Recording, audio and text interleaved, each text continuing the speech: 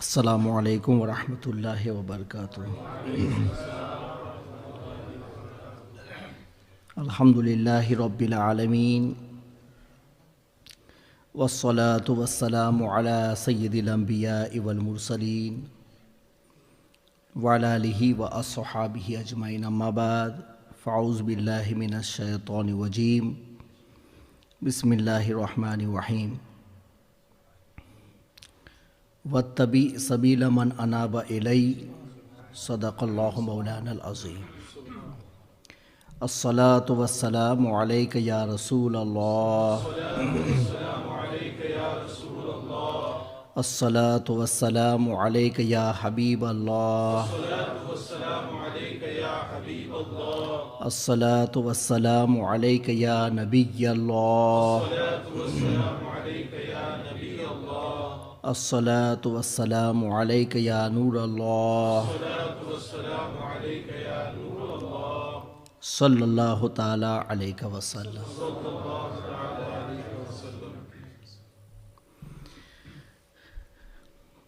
میرا قالی صلاۃ و تسلیم کے پیارے دیوانوں، خواجہ خواجگاں ہند الولی عطائے رسول محسن اعظم معین الدین حسن سنجری رحمۃ اللہ تعالی علیہ کی بارگاہ میں خراج عقیدت پیش کرنے کے لیے ہماری اور آپ کی حاضری ہوئی ہے۔ اللہ تبارک و تعالی اپنی بارگاہ میں شرف قبولیت عطا فرمائے۔ انہوں نے جتنا بڑا احسان کیا ہے اس کا بدلہ تو سب مل کے نہیں دے سکتے، وہ تو اللہ ہی ہے جو ان کو اپنی تبلیغ کا بدلہ عطا فرمائے گا، اور رسول اکرم علیہ الصلاۃ والتسلیم ہیں جو انہیں اپنی بارگاہ سے نوازیں گے۔ ہم لوگوں کی عقیدت تو ان سے اتنی ہے کہ سال میں ایک آدھ بار ہم نے غریب نواز کو یاد کر لیا تو کر لیا، ورنہ ہونا تو یہ چاہیے تھا کہ جب جب ہم اپنی ایمان کو یاد کرتے تب تب ہم غریب نواز کو یاد کرتے۔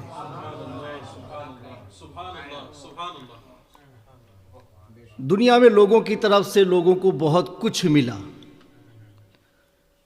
مگر جو کچھ ملا دنیا کا ملا، اور در غریب نواز سے ہم کو جو کچھ ملا آخرت کا ملا، دین کا ملا۔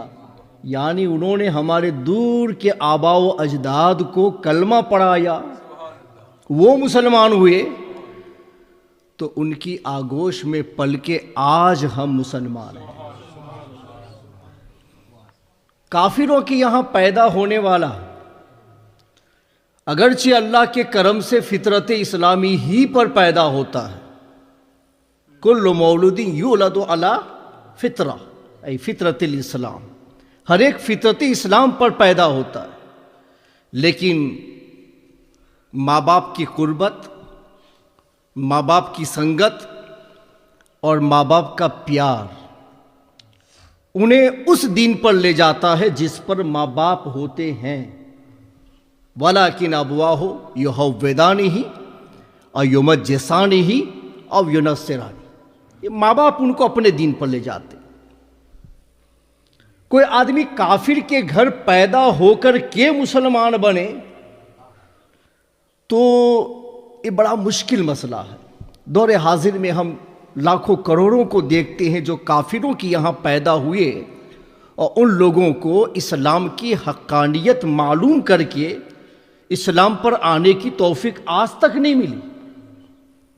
تو کافر کے گھر پیدا ہونے والے کا مسلمان بننا بڑا مشکل، اس لیے کہ وہ حقانیت کو سمجھ نہیں پاتا۔ لیکن مسلمان ماں باپ کی گود میں پل کے مسلمان رہ جانا یہ بڑا آسان ہے، اس لیے کہ اس میں کچھ دیکھنا ہی نہیں پڑتا، کچھ سمجھنا ہی نہیں پڑتا، بس ماں باپ کے ساتھ رہ رہے اور انہی کی سنگت میں ہمارے پاس میں اللہ کا دیا ہوا جو اسلام ہوتا ہے وہ ہمیشہ کے لیے محفوظ ہو جاتا ہے اگر اللہ چاہے تو۔ لیکن آسان، ماں باپ کی گود سے مسلمان بننا آسان، لیکن دنیا میں کافر کے یہاں پیدا ہو کے مسلمان بننا بڑا مشکل ہوتا ہے۔ ہمارے غریب نواز نے احسان کیا کہ ہمارے دور کے آباء و اجداد کو انہوں نے کلمہ پڑھایا، ان کو مشرف بہ اسلام بنایا۔ ان کے لیے اسلام پر آنا بڑا مشکل تھا، لیکن ان کی نوازشوں سے وہ اسلام پر آ گئے تو ان کی بعد کی نسلوں کو مسلمان بن کے رہنا بڑا آسان ہو گیا، اس لیے کہ اب مسلمان کی آگوش ہی میں پل رہے ہیں۔ تو غریب نواز کا احسان صرف ان پر نہیں،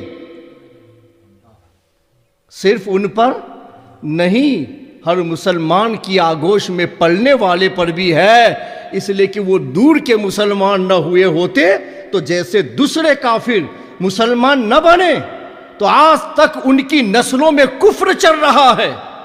اگر ہم لوگوں کے آباء و اجداد میں دور سے لے کر کے آج تک اگر اسلام کی رونق نظر آتی ہے تو اس لیے نظر آتی ہے کہ دور کے آباء و اجداد پر کرم غوث غریب نواز نے کیا تھا، وہ احسان چل رہا ہے، آج تک چلے گا، اور ہندوستان اور پاکستان اور بنگلہ دیش میں آنے والا ہر مسلمان جب جب اپنا ایمان یاد کرے گا اس وقت غریب نواز کے فیضان کو بھی یاد کرے گا، فیضان غریب نواز کو بھی یاد کرے گا۔ ہمارا ایمان گواہی دے رہا ہے کہ وہ ہمارا محسن اعظم ہے۔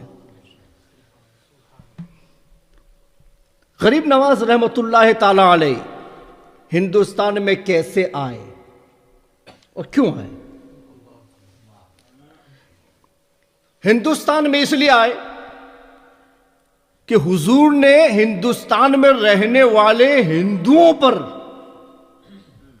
ہندوستان میں رہنے والے ہندوؤں پر، مگر چونکہ وہ تو نبی رحمت للعالمین ہے، وہ سارے جہانوں کے لیے جب رحمت بن کے آئے، رسول بن کے آئے، تو سبھی آپ کی امت ہے، جو قبول کر لے تو امت اجابت، اور قبول نہیں کیا پھر بھی امت دعوت۔ اس لیے نبی کے لیے چاہے مومن صحیح چاہے کافر صحیح سب ان کے امتی، اس لیے نبی کافروں کو بھی یاد کرتے ہیں کہ مومن بن جائے، کافروں کو بھی یاد کرتے ہیں کہ مومن بن جائے۔ حضور اپنی دنیاوی حیات میں ہندوستان تک نہیں پہنچے، اور نہ آپ کے صحابہ کا کوئی کارواں ہندوستان تک پہنچا، اور حضور کو تو اللہ نے فرمایا کہ نذیر للعالمین، سارے جہانوں کے نذیر، تو سارے جہانوں کا جو نذیر ہے وہ بہت سارے ممالک میں اپنی دنیاوی حیات میں نہیں پہنچا، وہ صرف مکہ سے لے کر کے مدینہ تک گئے، اپنے اعلان نبوت کے بعد مکہ سے لے کر کے مدینہ تک رہے یا اس کے گرد و نواح میں رہے، آگے تک نہیں پہنچے، اور ہے نذیر للعالم، لیکن صرف اس گرد و نواح میں اس نبی کا رہنا اور پھر اس کے دین کا پیغام کا پوری دنیا میں عام ہو جانا، وہ کیسے ہوگا؟ تو گویا کہ اللہ تبارک و تعالی نے اس نبی کے پیغام کو عام کرنے کے لیے علماء، صلحاء، اتقیاء اور اولیاء کی جماعت کو قیامت تک جاری رکھنے کا وعدہ فرمایا کہ تبلیغ ان کی ہوگی، پہنچیں گے یہ، مگر در حقیقت تعلیم میرے حبیب کی ہوگی۔ اس وجہ سے یہی نبی نذیر للعالمین ہوگا، کہیں تو خود جا کر کے اور کہیں ان کے پیغام پہنچانے والے ان کا پیغام پہنچا کر کے اس نبی کے نذیر للعالمین کے ثبوت کو فراہم فرمائیں گے۔ تو حضور نے کرم فرمایا کہ چلو ہندوستان کے ہندوؤں میں بھی اسلام کے چراغ کو روشن کیا جائے، انتخاب کس کا ہو؟ انتخاب کس کا ہو؟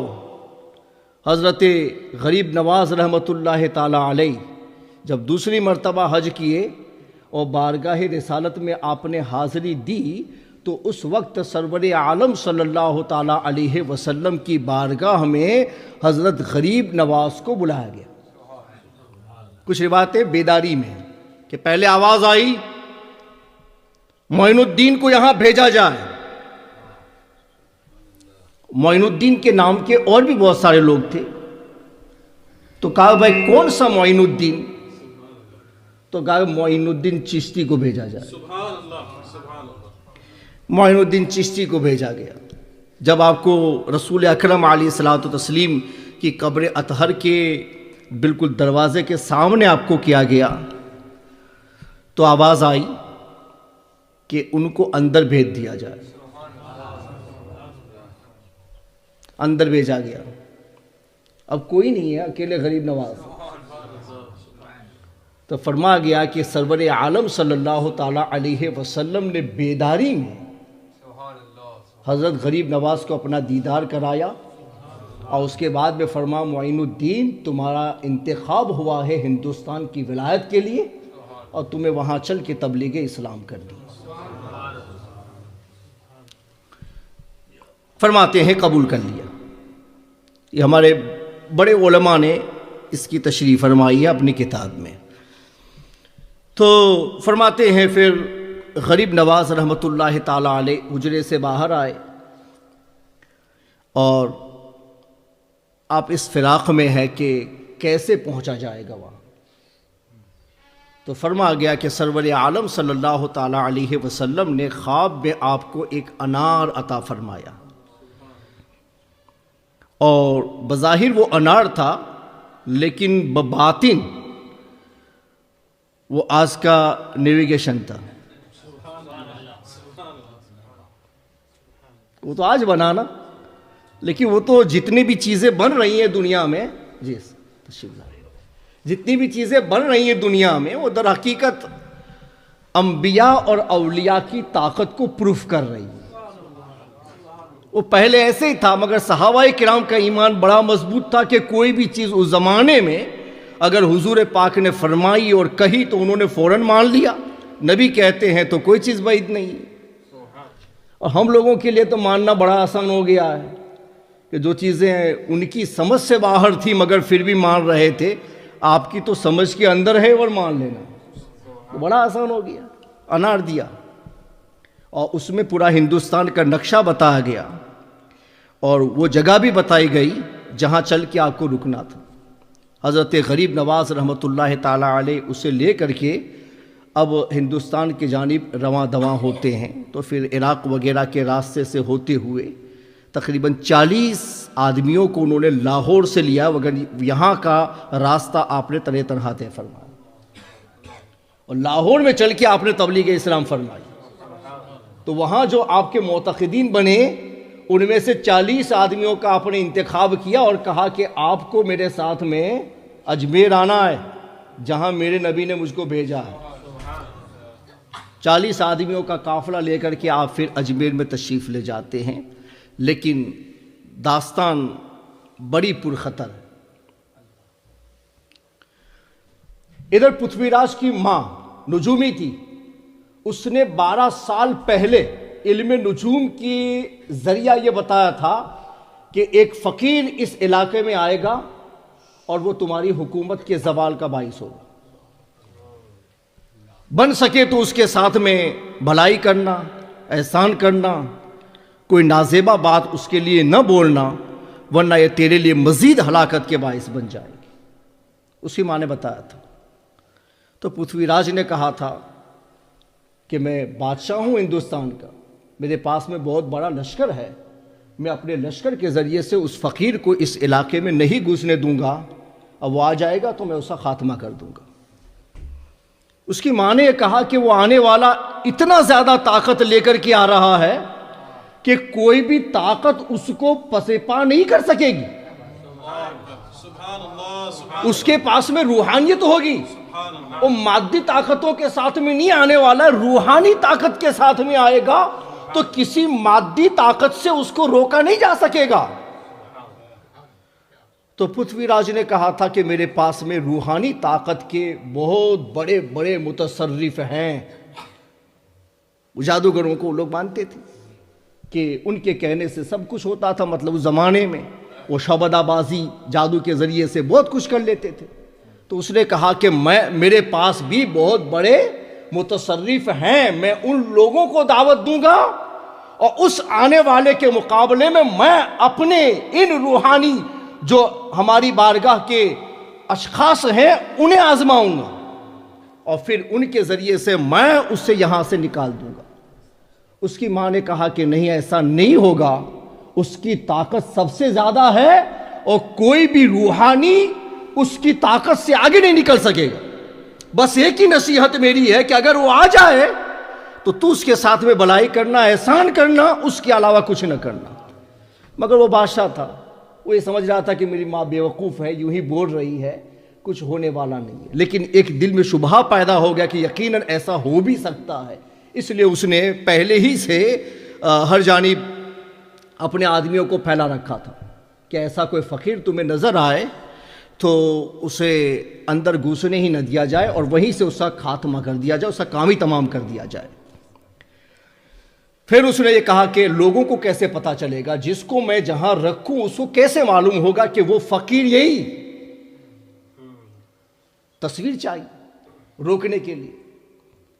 اس نے اجے پال اور باقی جو بہت بڑے بڑے اس کے یہاں شعبدہ باز مانے جاتے تھے ان لوگوں کو بلایا اور کہا کہ اس فقیر کے بارے میں جو کہا جا رہا ہے تم لوگ اس کی تصویر حاصل کرو، تاکہ ہر جگہ اس کی تصویر کو پہنچا دیا جائے تو اسے گرفتار کرنا آسان ہو جائے۔ تو کہتے ہیں کہ جادو کے زور پر ان لوگوں نے مراقبہ کیا بن حجروں میں، اور اس کے بعد یہاں تک انہوں نے بتایا کہ وہ فقیر وہاں سے نکل چکا ہے اور لاہور کے اندر رکا ہوا ہے، اور ایک روایت میں آیا ہے کہ اس نے بتا ملتان کے اندر رکا ہوا ہے۔ چونکہ وہاں ملحدین زیادہ تھے تو غریب نواز نے چاہا کہ میں ان سے مناظرہ کر کے ان کو راہ راست پر لے آؤں، تو خواجہ غریب نواز صرف پیر نہیں تھے، اس زمانے میں پیر اور مولوی کو الگ الگ بیان کیا جاتا ہے، لیکن اس زمانے میں جو مولوی تھا وہی سب سے بڑا پیر تھا، اور جو پیر ہوتا تھا وہی سب سے بڑا مولوی ہوتا تھا۔ عالم متبحر تھے غریب نواز، علم ظاہر و باطن سے لیس تھے غریب نواز۔ ملحدین سے آپ نے مناظرہ کیا، ان کو شکست دی اور ان کو راہ حق کی دعوت دی۔ فرماتی ادھر ان لوگوں نے تصویر اپنے دماغ میں بنائی کہ وہ ملتان یا لاہور میں پہنچ گئے ہیں اور ان کی تصویر ایسی ہے۔ اس کے بعد میں کہا بادشاہ سے کہ مصور کو بھیجو، تصویر بنانے والوں کو، اور ہم اپنی تصویر ان کے دماغ میں منتقل کر دیں۔ تو کہتے 4 مصور کو بلایا گیا اور پھر کہا کہ ان کو سامنے بٹھاؤ۔ پھر ان لوگوں نے کہا کہ آنکھیں بند کر دو۔ ان کے دماغ میں جو تصویر تھی جادوگروں کے، انہوں نے یہ تصویر ان لوگوں کے دماغ میں منتقل کی۔ جادو سے سب کچھ ہو سکتا ہے، مگر ہے جھوٹا علم، شیطانی علم۔ تو تصویر منتقل ہو گئی۔ اس کے بعد میں کہا کہ دیکھو اب کیسا تصویر دماغ میں آ گئی؟ کہا آ گئی۔ کہا اب تصویر بنانی ہے، لیکن ایک حجرے میں کسی کو نہیں بیٹھنا ہے، 4 مصور 4 حجروں میں بیٹھیں گے، اور تمہارے دماغ میں جو تصویر ہے اسی کو تمہیں بنانی ہے۔ کہتے 4 حجروں میں بیٹھنے والے مصوروں نے اپنے دماغ میں جو تصویر منتقل کی گئی تھی اس کے حساب سے تصویر بنائی، اور اس کے بعد لے کر کے آئے تو 4 نے الگ حجرے میں بنائی تھی، مگر 4 کی بنائی ہوئی تصویر ایک ہی طرح کی تھی۔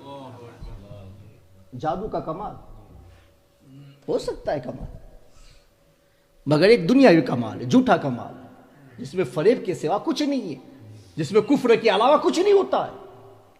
تو تصویر جب وہ آ گئی تو ہر جگہ پر پہنچا دی گئی۔ یہ تصویر والا اگر اندر آئے تو اسے گھسنے نہ دیا جائے، وہی اس کا کام تمام کر دیا جائے۔ حضرت غریب نواز ملتان اور لاہور سے ہوتے ہوئے، میں اس کو شارٹ کرنے جا رہا ہوں، وہاں سے ہوتے ہوئے جب ہندوستان کی جانب آپ نے رخ کیا کہ اجمیر کی طرف جاؤں، تو راستے میں بہت ساری چوکیوں کے اوپر آدمی لگا دیے گئے تھے کہ اس فقیر کو اندر نہ آنے دیا جائے۔ ایک نن مسلم جادوگر تھا جس کو غریب نواز نے مسلمان بنایا، وہ آپ کو قتل کرنے کے لیے آیا تھا۔ تو غریب نواز نے کہا کہ 1 ہفتے سے تم آئے ہو، مجھے تلاش رہے ہو، اپنا کام پورا کرنا چاہو تو کر لو۔ تو اس نے کہا کہ مجھ سے غلطی ہو گئی ہے، اس نے توبہ کی، مسلمان ہو گیا۔ تو غریب نواز نے اس کا نام ضیاء الدین رکھا، اور اسے بھی 39 میں اسے بھی اپنے ساتھ میں لے لیا۔ تو اس نے کہا کہ حضور میں تو آپ کے قتل کرنے کے لیے آیا تھا، کیا کیا منصوبے بنے ہیں، کیا کیا پلان بنائے گئے، سب مجھے معلوم ہے، ہر جانب آدمی لگا دیے گئے ہیں، جب ہم وہاں انٹری کریں گے تو یا تو ہمیں ہلاک کر دیا جائے گا، وہاں گھسنے نہیں دیا جائے گا۔ غریب نواز نے فرمایا کہ ہم لوگ آئے نہیں ہیں، ہمیں تو پہنچا گیا، آئے نہیں ہیں، پہنچا گیا ہے، نبی نے بھیجا ہے، اس لیے فکر کرنے کی ضرورت نہیں ہے، بس ہمارا کام تو ہے جس مقصد کے لیے بھیجا ہے، جہاں بھیجا ہے بس وہاں چلنا ہے، کیسے چلیں گے یہ ذمہ ہمارا نہیں، یہ ذمہ ہمارا نہیں ہے، جو بھیجنے والا ہے وہ بڑا طاقتور ہے۔ فرماتے ہیں جب وہ ان چوکیوں پر پہنچے تو غریب نواز رحمۃ اللہ تعالی علیہ نے زمین سے مٹی لی اور یوں ہوا میں پھینک دیا۔ فرماتے ہیں کہ سپاہیوں کے درمیان سے آپ کا قافلہ نکلا، لیکن کسی کو پتہ ہی نہیں ہے کہ یہ 40 آدمیوں کے ساتھ یہاں سے گزرے، معلوم ہی نہیں، جہاں جہاں گئے، حالانکہ تصویریں سب کے پاس میں موجود ہیں، مگر تصویر پاس میں رکھتے ہوئے جب نظر آئے تو دیکھے نا، غریب نواز رحمۃ اللہ تعالی علیہ نے اپنے تصرف باطنی سے ان کی آنکھوں کے اوپر ایسے اپنی طاقت کا اظہار فرمایا کہ وہ دیکھ ہی نہیں پا رہے تھے، اور ان کے پاس سے پہنچتے پہنچتے اجمیر تک پہنچ گئے۔ لاکھ روکنا چاہا پرتھوی راج، مگر روک نہیں سکا رسول اللہ کے مہمان کو۔ انتخاب حضور نے بھیجا تھا، اور پھر وہاں آئے، زبان تو اردو ہے نہیں، ہندی ہے نہیں، سنسکرت بولی جا رہی وہ بھی نہیں مارواڑ کی زبان وہ بھی نہیں جانتے، ان کی زبان فارسی یا عربی تھی غریب نواز کی۔ تبلیغ کرے تو کیسے کرے، کسی کو دین بتائے تو کیسے بتائیں، قرآن سامنے رکھیں گے تو کہیں گے تمہاری کتاب ہے اسے ہم نہیں مانتے، نبی کا فرمان رکھیں گے تو کہیں گے ہم نبی کو نہیں جانتے۔ تو ایسی قوم جو نہ قرآن سے واقف ہے نہ نبی سے واقف ہے، اس قوم کو اللہ اور رسول کی راہ کیسے بتائی جائے؟ مشکل ہے، زبان سے نہیں بتایا جا سکتا ہے، کلام سے نہیں بتایا جا سکتا، کیسے بتائی جائے راہ؟ ایک ہی ذریعہ ہوتا ہے کہ جہاں زبان سے راہ بتائی نہ جا سکتی ہو وہاں اپنے کمال سے راہ بتائی جائے۔ کلام کی راہ اہل ایمان کے لیے ہوتی ہے، اہل ایمان سے ہمیں نماز بتانی ہے تو کرامت نہیں بتاؤں گا، دیکھو میری یہ کرامت ہے نماز پڑھو، نہیں، اہل ایمان سے کہوں گا نماز پڑھو، میرے رب نے کہا ہے اقیم الصلاۃ، قرآن میں ہے۔ مومن کے لیے کرامت پروف نہیں ہے، مومن کے لیے پروف اللہ اور رسول کی شریعت ہے، لیکن کرامت پروف کس کے لیے بنتا ہے؟ کہ جو جانتا ہی نہیں ہے اللہ کون، رسول کون، اس کا دین سچا کون، تو ایسے کو سمجھانے کے لیے وہی چیز اپنائی جاتی ہے جو اس کے عقیدے میں بیٹھی ہوئی ہے، جو اس کے دماغ میں بیٹھی ہوئی ہے، جس کے پیچھے وہ ہمیشہ بھاگ رہا ہے۔ تو غریب نواز نے یہ فرما کہ ان لوگوں کو سکھانے کے لیے، بتانے کے لیے اور کوئی چیز نہیں ہے، مجھے اپنا تصرف ہی دکھانا پڑے گا۔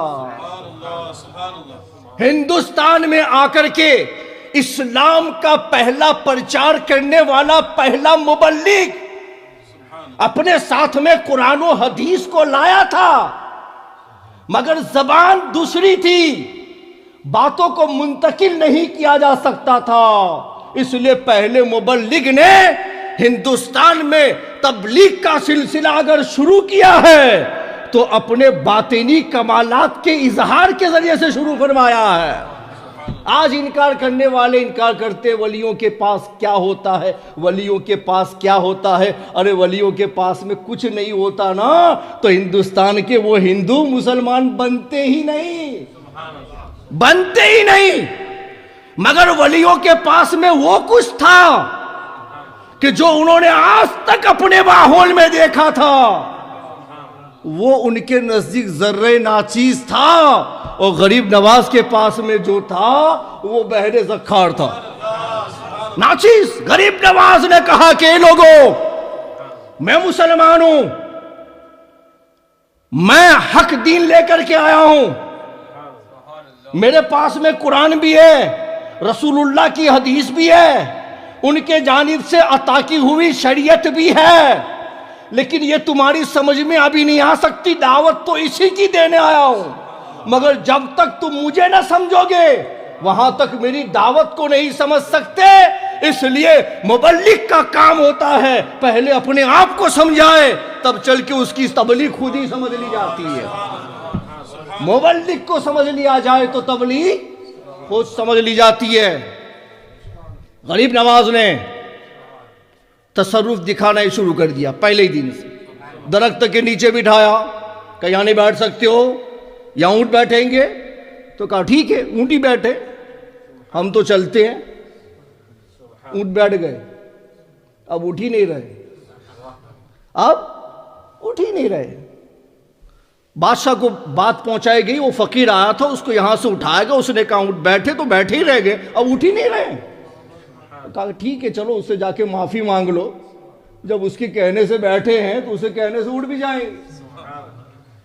تبلیغ نہیں ہو رہی، مبلغ اپنے آپ کو منوا رہا، پہلے مجھے مانو نا پھر راستہ بتاؤں گا۔ معافی مانگی گئی تو آپ نے فرمایا کہ ٹھیک ہے اٹھ جائیں گے۔ یہ لوگ وہاں گئے تو اونٹ سب اٹھ گئے تھے، تھوڑے سے قریب ہو گئے کہ ہے کچھ ان کے پاس۔ بادشاہ چاہتا تو یک بار کی حملہ کر دیتا، لیکن اس کی ماں کے بھی جو باتیں تھی، اس کی ماں کی وہ اس کے دماغ میں تھی کہ اس کے سامنے یوں مقابلہ نہیں ہو سکتا، بس ایسے ہی مقابلہ کیا جائے روحانیت کا روحانیت سے۔ پھر غریب نواز انا ساگر جو تالاب ہے وہ انا ساگر ہے، وہ انا دیو کے نام پر منسوب تھا، وہ بعد میں اس کو کثرت استعمال کی وجہ سے لوگوں نے انا ساگر کہہ دیا، ورنہ انا ساگر اس کا صحیح معنوں میں اس تالاب کا نام تھا۔ غریب نواز ادھر تشریف لے گئے، اور جب وہاں پہنچے تو سب سے پہلا جو کام آپ نے کیا وہ کیا ہے؟ سب سے پہلا کام کیا وہ کیا ہے؟ آپ فرماتے ہیں ہم یہاں آئے ہیں، وقت پہ نماز تو پڑھنی ہے، کیا کریں گے؟ کہا سب سے پہلے ایک جھونپڑی بناؤ، سب سے پہلے ایک جھونپڑی بناؤ اور اسے مسجد کا نام دو، وہاں ہم لوگ پہلے نماز پڑھیں گے، سب سے پہلے انتظام ہماری نماز کا ہوگا، ہم یہاں آئے ہیں نماز کیسے پڑھیں گے؟ قسم خدا کی سب سے پہلے آپ نے مسجد بنائی، اس کا نام مسجد اولیاء رکھا گیا، کہ جس میں غریب نواز نے آ کر کے پہلی چوائس یہ کی تھی کہ کوئی بھی ایک جھونپڑی ہو تاکہ ہم نماز جماعت کے ساتھ میں پڑھ سکیں۔ مبلغ پہنچ رہا ہے تو اپنے گھر کی نہیں سوچ رہا ہے میں رہوں گا کیسے، رہوں گا کہاں، لیکن جیسے ہی وہاں پہنچتا تو کہتا میں اپنی نماز کو کیسے ادا کروں گا، جھونپڑی بناؤ نماز پڑھی جائے۔ جھونپڑی بنائی، وہاں نماز پڑھی جا رہی تھی تو نر مسلمین کو اچھا نہیں لگا کہ وہ لوگ مچھلیاں پکڑ کے کھاتے تھے، گوشت کھاتے تھے، وہ ان کے برہمنوں کو اچھا نہیں لگتا تھا، وہ لوگ ان کے مخالف ہو گئے۔ تو کہا کیا کیا جائے؟ کہا ان لوگوں کو اپنے تالاب کا پانی پینے نہ دیا جائے، اس لیے کہ یہ لوگ ہمارے پانی کو ناپاک بنا دیں گے، یہ گوشت کھاتے ہیں۔ تو انہوں نے پابندی لگا دی کہ پانی نہیں لینے دیا جائے گا۔ اتنے میں پھر بہت سارے مقابلے ہوئے، اور جو اس کا شادی دیو جس کا بعد میں حضرت غریب نواز نے جس کا نام شادی رکھا تو اس کا نام رام دیو وغیرہ تھا، تو وہ مقابلے کے لیے آیا، وہ کچھ نہیں کر پایا، تو پھر وہ بھی مسلمان ہو گیا اور آپ کی صف میں شامل ہو گیا۔ تو جب پانی پر پابندی لگا دی گئی تو غریب نواز نے فرمایا کہ شادی تمہیں کو جانا ہے اور پانی بھر کے لانا۔ کہا حضور پہرے لگا دیے، پانی نہیں لے سکتے ہیں۔ کہا ٹھیک ہے قریب مت جانا، ہماری کشکول لے جاؤ۔ ہمارا کٹورا لے جاؤ. اگر وہ قریب نہیں ہونے دیتے ہیں تو پانی سے کہنا، وہ خود تمہارے قریب آ جائے گا. ابھی تک مبلغ اسلام نہیں بتا رہا ہے، ابھی تک مبلغ اپنی آپ کو بتا رہا ہے. اس لیے کہ مبلغ کو مان لیا جائے تو دین کا ماننا آسان ہو جاتا ہے. مبلغ نے کہا جاؤ لے جاؤ. حضور اتنے میں کتنا پانی آئے گا؟ بس تمہارا کام ہے حکم پر عمل کرنا، جاؤ. وہ تو خود وقت بتائے گا کہ پانی اس کشکول میں کتنا آتا ہے. وہ فقیر کا کشکول ہے، وہ چاہتا ہے تو کٹورے میں پورے جہاں کو سما سکتا ہے. کہتے شادی دیو گیا، پیرا ہے، پانی کو حکم دیا. خواجہ نے کہا تم کو بلا رہے ہیں، اس کٹورے میں آ جاؤ. تو فرماتے جیسے حکم ملا ادھر پانی غائب، ادھر پانی غائب، کچھ نہیں، سب خشک ہو گیا. اور کٹورے کے اندر پانی، پورا تالاب کتنے میں ہو گیا؟ ایک کٹورے میں. لا کر کے وہاں رکھ دیا گیا. اب رکھ دیا، اب پانی ہے ہی نہیں. تو پورے اجمیر میں کھلبلی مچ گئی کہ پانی نہیں ہے، پانی نہیں ہے. کنویں سے ہی پانی چلا گیا. اب کیا کریں گے؟ پھر پرتھوی راج کو میسج پہنچایا گیا کہ اس فقیر نے تو پانی لے لیا ہے، اب کیا کیا جائے؟ اس نے کہا کہ لے لیا تو پھر اسی سے جا کے معافی مانگ کے کہو کہ اب روکا نہیں جائے گا پانی سے، لیکن خدا را پانی واپس ہی کر دو نا، پانی واپس کر دو. جے پال جوگی کو بلا گیا کہ جاؤ پانی واپس لو.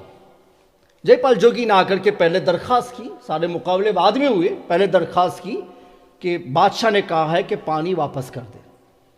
تو غریب نواز نے کہا کہ ٹھیک ہے، وہ کٹورا ہے نا، اٹھا لو اور جا کر کے اس تالاب میں ڈال دو. کیا کہا؟ جے پال سے اٹھاؤ. جے پال جوگی گیا، اس نے کٹورا اٹھانا چاہا، لیکن وہ کٹورا دیکھنے میں کٹورا ہے، وہ حقیقت میں تو پورا تالاب ہی اسی میں ہے. وہ کہتے اس نے لاکھ ہلانا چاہا، وہ ہلا بھی نہیں سکا، ہلا نہیں سکا. جادو ہے مگر ہلا نہیں سکا. غریب نواز فرماتے ہیں جے پال تم سے نہیں ہوگا، یہ کٹورا فقیر کا ہے، تم اسے نہیں اٹھا سکتی ہو، تم اسے نہیں ہلا سکتے ہو. شادی سے کہا کہ دیکھ یہ تیرا ہی بھائی تھا نا، لیکن وہ ہم سے مل گیا ہے، وہ فقیروں کی جماعت میں آ گیا ہے، یہ کٹورا وہ اٹھا سکے گا، تم نہیں اٹھا سکو گے. شادی سے کہا اٹھاؤ. انہوں نے یوں ہاتھ میں لیا جیسے کٹورے کو لیا جاتا، اٹھایا. پورا تالاب ہے مگر وہ وزن میں بالکل ہلکا، اور جے پال کے لیے اتنا وزنی کہ پورا تالاب ہی ہے، وہ اٹھا نہیں پا رہا ہے. اور یہ اٹھا لی. کہا ٹھیک ہے، جا کر کے اس میں ڈال دو. جا کر کے پھر تالاب میں ڈالا تو پورا تالاب پھر بھر گیا. کٹورا خالی لیکن تالاب بھر گیا. سب لوگ قریب آ گئے، اس کے پاس میں کچھ ہے، اس کے پاس میں کچھ ہے. اور ہندوؤں کا کام کیا ہوتا ہے کہ کوئی ایسی بڑی بڑی طاقتیں بتائیں نا، وہ فوراً اس کو بھگوان کہنے کے لیے تیار ہو جاتے. یہ بھگوان کا اوتار ہمارے اندر آ گیا، بھگوان آ گیا. سب شروع ہو گئے، کوئی بہت بڑا بھگوان آ گیا اپنے یہاں. تو بادشاہ نے کہا کہ اب کیا کیا جائے. اس نے سب کو آزما لیا، کوئی کام نہیں کر رہا. تو بالآخر اس نے جے پال سے کہا کہ جے پال پورے ہندوستان کو تمہارے تصرف کے اوپر ناز ہے، سب سے بڑا جادوگر تو ہے، تمہیں پیش کیا جائے تو ایسا سمجھو کہ اس فقیر کے مقابلے میں ہم نے پورے ہندوستان کی ایک باطنی قوت کو مقابلے میں رکھ لیا. آخری حربے کے طور پر جے پال جوگی کو بلایا گیا اور کہا کہ جہاں تک ہو سکے اپنے تصرف باطن سے اس فقیر کو یہاں سے نکالو. تو کہتا ہے کہ اس نے بہت سارے شعبدے کیے، بہت سارے شعبدے کیے، مگر ایک بھی کام کا نہیں ہوا. ہمارے غریب نواز نے جو حصار بنا رکھا تھا، کوئی بھی جادو وہاں تک پہنچتا اور حصار سے پہلے ختم ہو جاتا، وہاں پہنچتے حصار سے پہلے ختم ہو جاتا. اس نے کہا کہ میں بجلی بن کے اوپر جاؤں گا اور پھر ان لوگوں کے اوپر گروں گا. تو وہ چمڑے کے اوپر بیٹھا اور اپنے جادو کے زور پہ اڑا اور اس کے بعد میں بہت اوپر چلا گیا. تو غریب نواز رحمۃ اللہ تعالیٰ علیہ نے دیکھا کہ یہ نظروں سے غائب ہو رہا ہے، تو آپ نے اپنی جوتیوں کو حکم دیا کہ جاؤ اس کا سر ٹھکانے پہ لاؤ، سر ٹھکانے پہ لاؤ. جوتیوں کو حکم دیا. میں کیوں جاؤں گا، جوتی کام کر سکتی ہے نا. جوتیوں کو بھیج دیا. جوتیاں گئیں سب کے سامنے، اور جہاں وہ پہنچا تھا اس کے اوپر اور سر پہ لگنا شروع ہوئی، مارتے مارتے اس کو غریب نواز کے قدموں میں لایا. کوئی جادو نہیں چلا. آخری جادو تھا کہ اوپر جا کے میں نیچے بجلی بن کے گروں گا. تو جوتیاں اس کو واپس لے آئیں. اور غریب نواز رحمت اللہ تعالیٰ علیہ کی بارگاہ میں آ کے کہتا ہے کہ میں یہ سمجھ رہا تھا کہ ہندوستان کی سب سے بڑی باطنی طاقت میرے پاس میں ہے، اور میری اس طاقت کا مقابلہ کوئی نہیں کر سکتا. اے فقیر تو اپنے پاس کیا لے کر کے آیا ہے کہ اتنے بڑے جادوگر کا جادو تمہارے مقابلے میں نہیں چل سکتا. میں سمجھ رہا تھا کہ میں لوگوں کا بھگوان بن چکا ہوں، لیکن میری نظر میں سب سے بڑا بھگوان تو نظر آ رہا ہے. غریب نواز نے کہا کہ نہیں، اللہ صرف ایک ہے اور میں تو اس کا بندہ ہوں. میں تو اس کا بندہ ہوں. یہ جو کچھ کر رہا ہوں اس کے حکم سے کر رہا ہوں. اس اللہ کو ماننا ہے. تو جے پال نے کہا حضور دیر کس بات کی، ہر چیز کو تو آزما ہی لیا ہے، سب تو ناقص ہی ہو گیا ہے. آپ ہی کی چیز آگے ہے. جعل حق وزحق الباطل ان الباطل کان زہوقا. باطل تو بھاگنے ہی کے لیے ہوتا ہے، ہلاک ہونے کے لیے ہوتا ہے. تو جے پال جوگی نے یہ کہا کہ تمہاری طاقت کے آگے میری طاقت کچھ نہیں ہے، مجھے کلمہ پڑھاؤ میں مسلمان ہوتا ہوں. جے پال نے کلمہ پڑھا، مسلمان ہو گیا، اور حضرت غریب نواز نے اس کا نام عبداللہ رکھ دیا. کیا رکھ دیا؟ عبداللہ رکھ دیا. بادشاہ بہت بڑا دشمن بن گیا کہ ان جادوگروں کو ہم نے پالا، ہم نے بلایا، ہم نے ان کے مقابلے کے لیے چھوڑا. اگر وہ مقابلہ نہیں کر سکتے تھے تو کم سے کم ان سے الگ رہتے، مگر انہوں نے اسلام کیوں قبول کر لیا ہے. بادشاہ مخالف بن گیا. مگر ان لوگوں نے کوئی پرواہ نہ کی. اس لیے بہت سارے بزرگوں نے غریب نواز کے بارے میں لکھا ہے کہ غریب نواز کی روحانی نگاہ میں اتنی تاثیر تھی کہ کسی بھی شخص کو آپ کے پاس میں بٹھا دیا جائے تو 3 دن کے اندر اس کو روحانیت میں کامل بنا کر کے درجے ولایت تک پہنچا دیتا. صرف 3 دن درجے ولایت تک پہنچ جائے. خصوصی نظر ہو گئی تھی اجے پال پر، تو وہ صرف مسلمان ہی نہیں بنا، ولی بن گیا. اور پھر اس نے دین کی بہت خدمتیں کی. اس سے پہلے تو ہر بات میں وہی جادو کے منتر پڑھنا، جادو کے ذریعے سے لوگوں کو زیر کرنا، بس یہی باتیں ہوتی تھی. لیکن جیسے ہی مسلمان ہو گیا اس کے بعد میں کہتا ہے غریب نواز یہ منتر سب بیکار ہے، آپ جو لے کے آئے ہیں نا وہی سکھاؤ. تو فرماتے وہی بتانے کے لیے تو آیا تھا، لیکن پہلے جب تک میں تمہیں اپنے آپ کو نہ منوا لیتا وہاں تک تم میرے اس کتاب کو ماننے کے لیے تیار نہیں ہوتے. اس لیے اس مبلغ نے پہلے اپنا تصرف دکھایا ہے اور پورے ہندوستان کی طاقتوں کو للکارا ہے.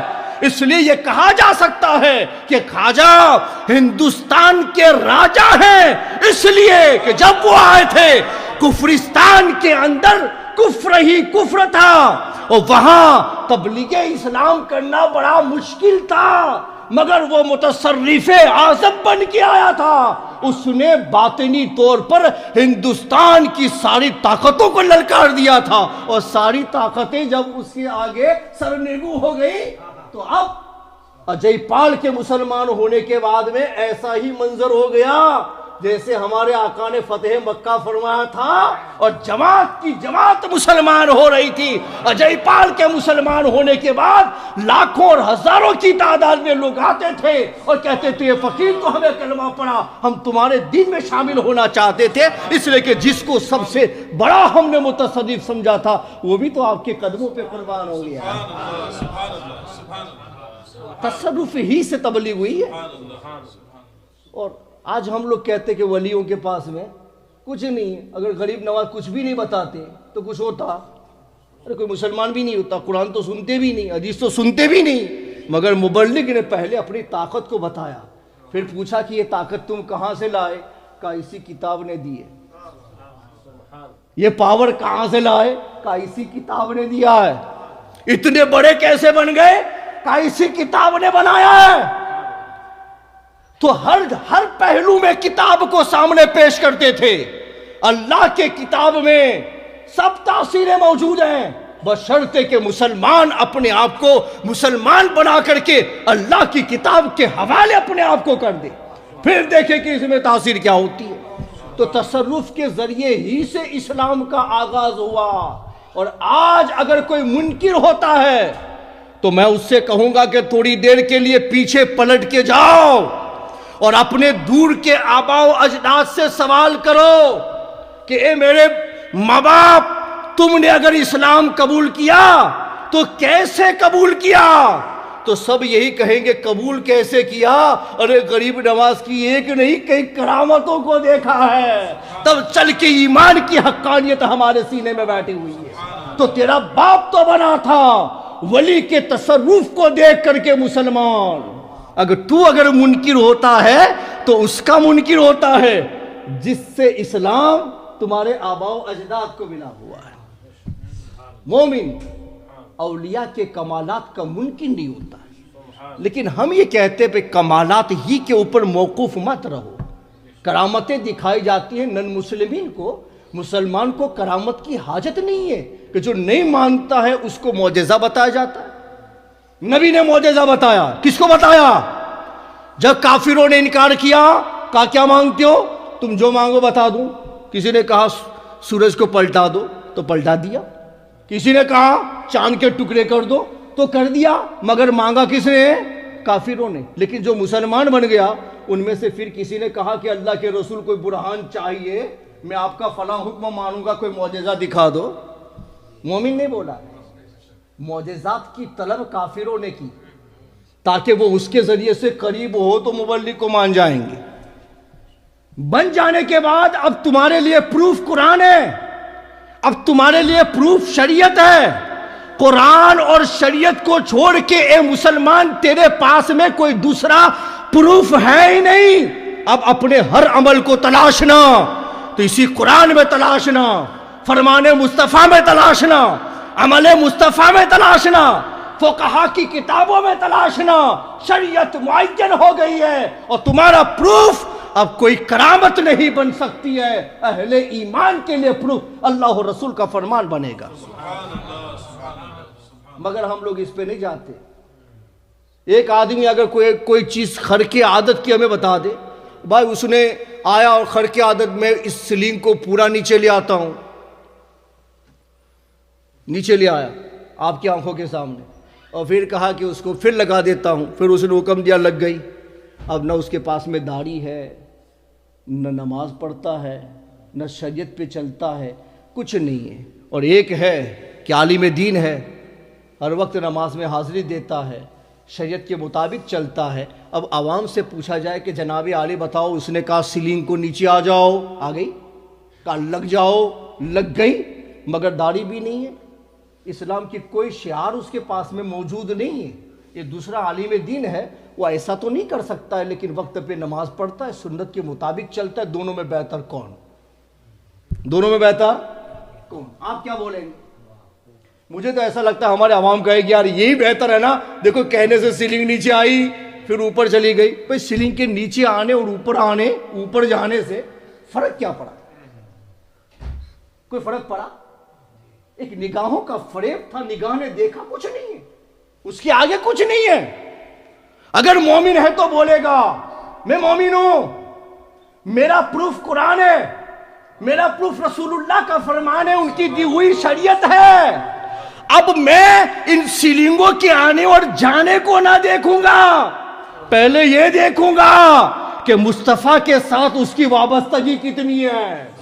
اگر وابستگی ہے تو لباس سے بتائے، وابستگی ہے تو چہرے سے بتائے، وابستگی ہے تو وقت پر مسجدوں میں حاضری دے کر کے بتائے، وابستگی ہے تو اپنی زندگی کے ہر عمل میں مصطفیٰ کی سنت کو سامنے رکھ کر کے ہر خواہش کے مقابلے میں سنت کی ترجیح کو لا کر کے بتائے۔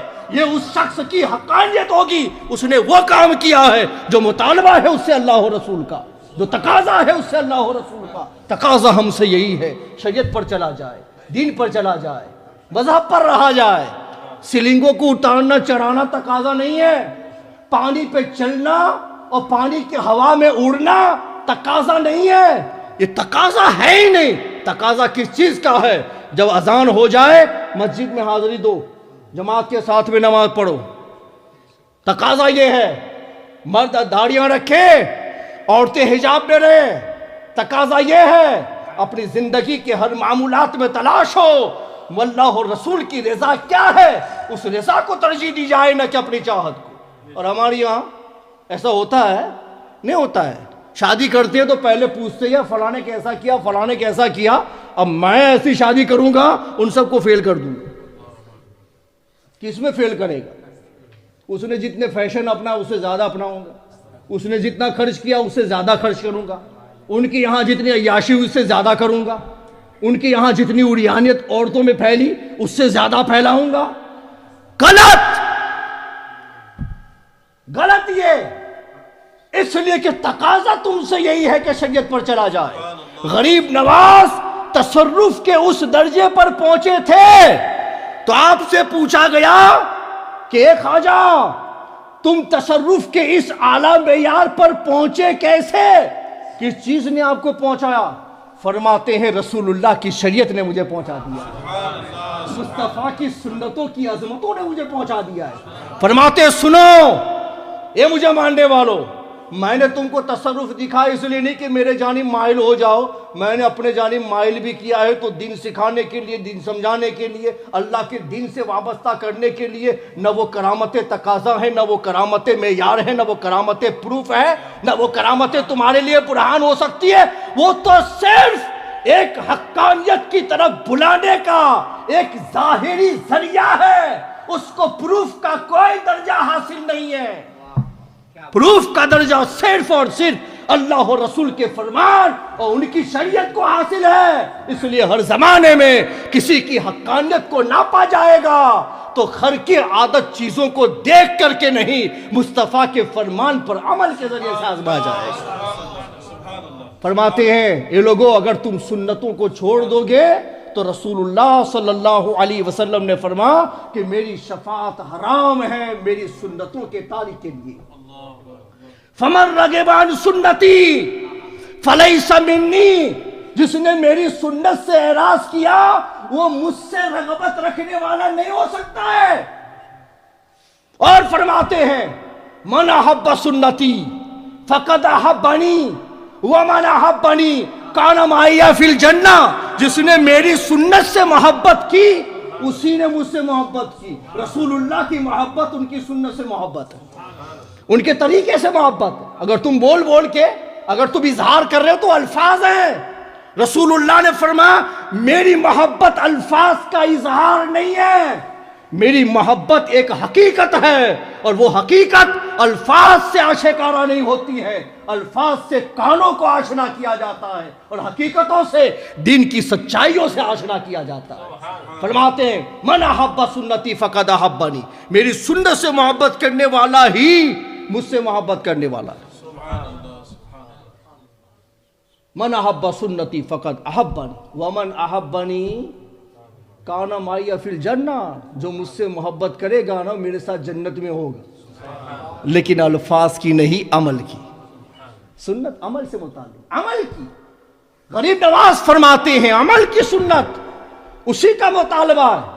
پھر فرماتے ہیں اپنے ان رفقا کی مجلس میں سنتوں کا درس دیتے ہوئے ہمارے غریب نواز نے فرمایا سنتوں کا درس دیتے ہوئے، اے میرے ساتھ متعلق رہنے والوں، تم دیکھ رہے ہو میری زندگی میں ہر عمل میں رسول اللہ کی سنت کو درمیان میں لاتا ہوں، اسی کو ترجیح دیتا ہوں، اپنی کسی خواہش کو درمیان میں لانے کی بات ہی نہیں کرتا، اس لیے کہ سب کو جو مقام ملتا ہے در مصطفیٰ سے ملتا ہے، اور مصطفیٰ ہی کا عمل ایسا ہے کہ جس پر اللہ نے اپنی رضا کا وعدہ فرما دیا ہے اس کے علاوہ کوئی عمل کہ جس کو تم انڈاؤٹلی اللہ کی رضا اور اس کی ہیپینس کہہ سکو؟ نہیں ہو سکتا ہے۔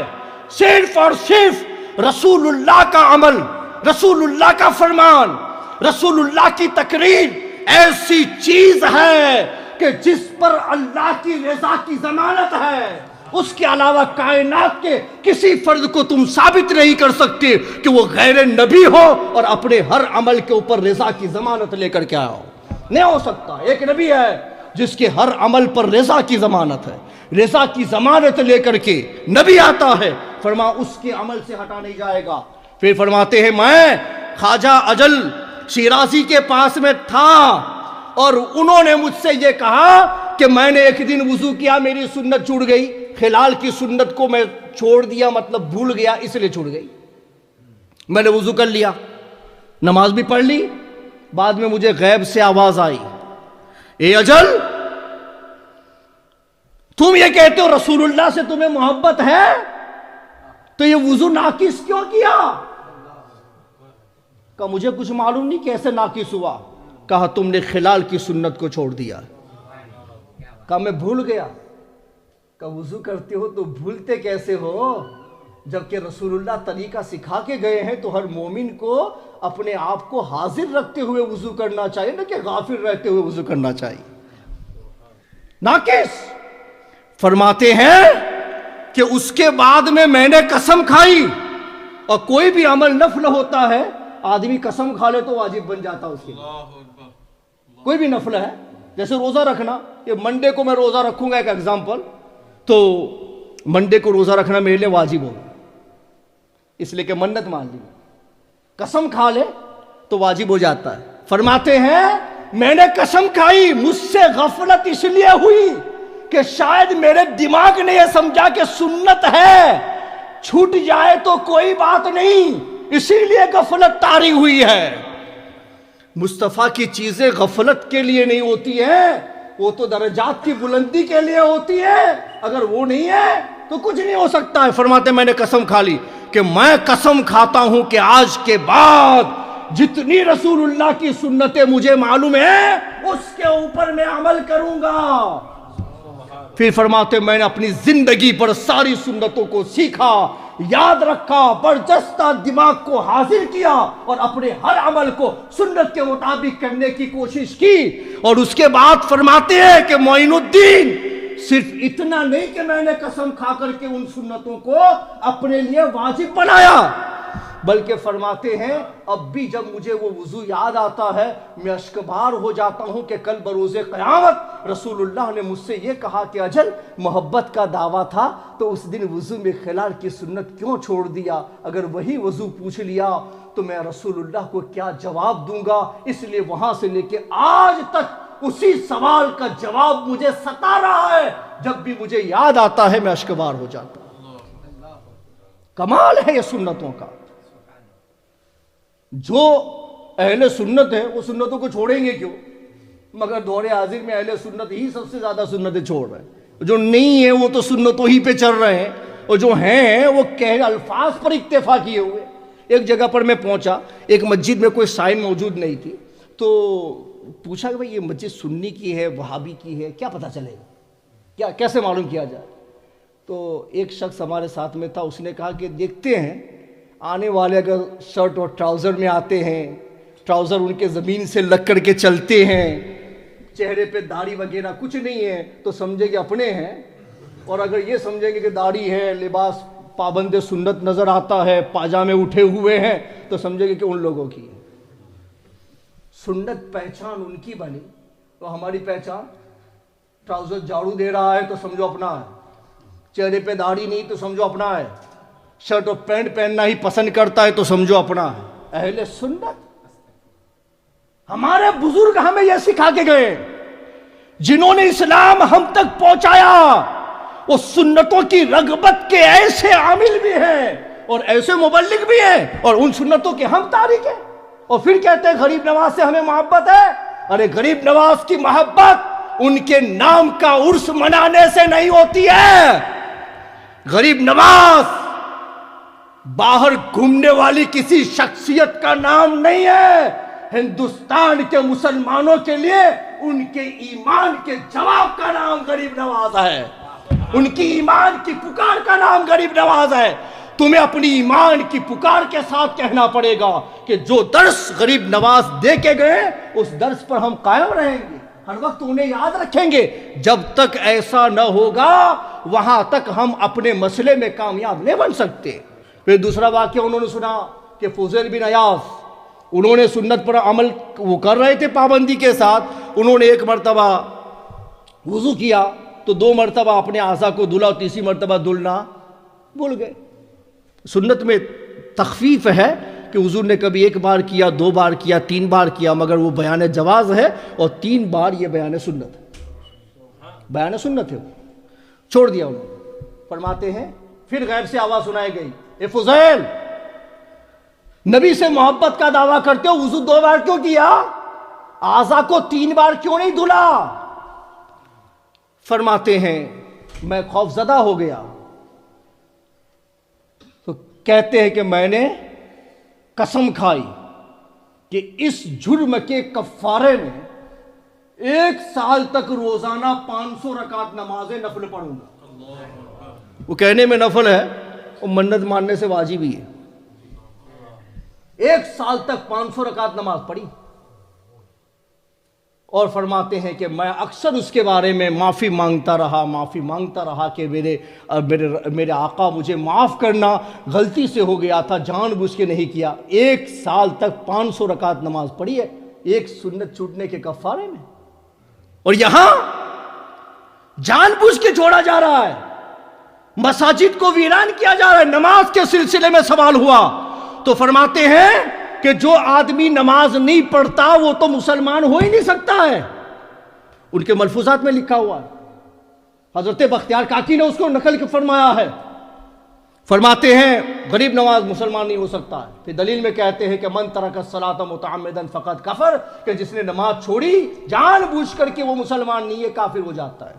فرماتے ہیں مراد اس سے کفر کے قریب ہو جاتا ہے کہ اس سے بڑا کوئی گناہ نہیں ہے کہ جو آدمی اپنے آپ کو مسلمان کہہ کر کے وقت پر نماز ادا نہ کرے، اس سے بڑا کوئی گناہ ہی نہیں۔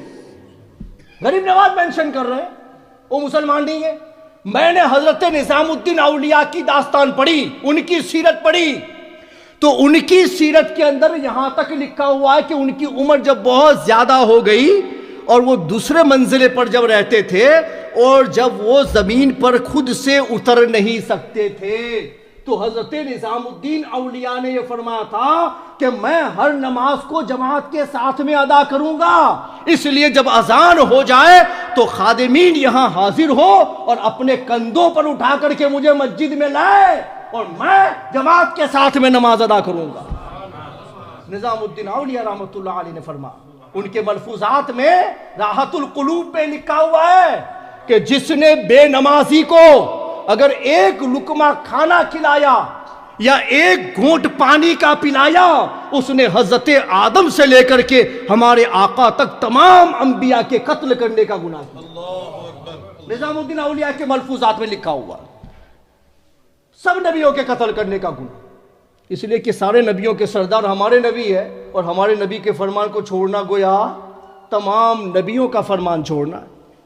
1 لقمہ کھانا کھلایا، اور آج ہم لوگ اپنی زکاتوں کو ایسے ہی کو دیتے ہیں جو جوا کھیلتے ہیں، جو شراب پیتے ہیں، جو عیاشی کرتے ہیں، جو مسجدوں میں نہیں جاتے ہیں، کہتے ہیں غریب ہے زکات دے دو، غریب ہے زکات دے دو۔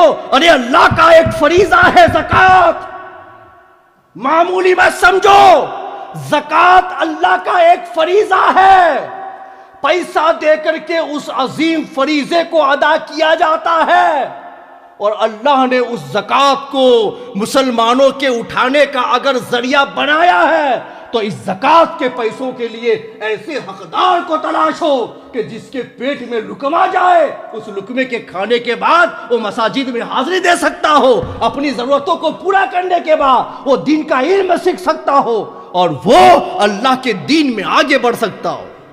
تو اس لیے فرماتے ہیں کہ بے نمازی کو کھلانا بھی نہیں، بے نمازی کو پلانا بھی نہیں۔